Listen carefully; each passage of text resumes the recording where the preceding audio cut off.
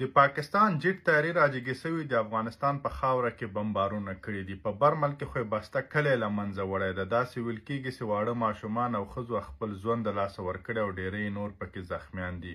د طالبانو لخوا نه دغه خبره د طالبانو د دفاع وزیر مولوي یعقوب دا خبره تایید کړې چې و دا کار پاکستان کړی، خو دغه بېشعوره افغانان د بې مزغو خلاص افغانان چې دلته په سوشل میډیا کې طالبانو ته پرتګونه ګنډي او وایي چې دا د افغانستان اصلي بچي دی او راغلي د افغانستان له جغرافیا نه په دوی دفاع کې. اوس به یو وارې بیا وګورو چې طالبان پاکستان ته کوم جواب ورکوي که نه ورکوي. خو صادق خان راغلی ده چې کوم کار پاکستان یو 2 ورځې مخکې کړی چې د انډیا په سفارت باندې د برید کړی ده، راغلی چې د هغې سوله وکړي. اوس فلحال په کابل کې ناسته له طالبانو سره چیچکې. ولې له دغه صادق خان نه پوښتنه ونه کړه؟ د پاکستان له سفیر یې ولې پوښتنه ونه کړه؟ د پاکستان سفارت یې ولې وربند نه کړه؟